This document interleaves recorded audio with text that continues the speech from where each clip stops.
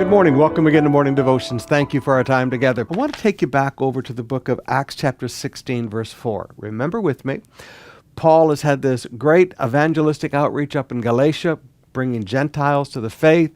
They've got this great primarily Gentile with some Jews in the church in Antioch of Assyria, at that time the largest church in the world, according to historians. And then the Judaizers, these guys who claim to be Christians, but you've got to be circumcised and obey the law of Moses or you're not saved. They brought their legalism and tried to bring it into the church. Now, remember with me that they claimed to represent the apostles, but the apostles disavowed them. They claim to be passing on the teaching of the apostles, but it says, no, this is their teaching, not the teaching of the church, not the teaching of the apostles. And so the apostles got together along with the elders and Paul and Barnabas, and they wrote this beautiful epistle where it disavowed the false, it endorsed the real leaders, and it said, now this is real doctrine. Now notice the fruit of this. It says, they went from town to town instructing the believers to follow the decisions made by the apostles and elders in Jerusalem. So the churches were strengthened in their faith and grew larger every day. Number one, strengthened in their faith. Number two, grew larger every day.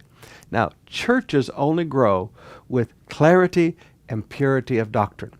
You say, well, Pastor Sumrall, it doesn't look like that in the world today. I said churches. I didn't say event centers that gather together like a Christian business. I didn't say a Christian country club where people gather together to do business and have a short devotional thought, but a real church. Now, you got to understand, real churches function differently than these new aberrations that I call event places and that I would call just a Christian country club. A real church has to function in the right way in order to grow. You can grow a crowd the wrong way, but to grow a real church, you have to do things the right way.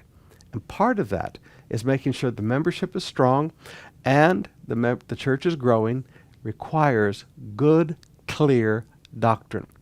Now that means sometimes as pastors we have to stand up and say, now, this over here, this is wrong. We're not attacking people. We don't hate people, but that is wrong. Now, when you stand up and learn to bring clarity and purity of doctrine in the church is going to be strengthened in the faith, and the church can grow numerically.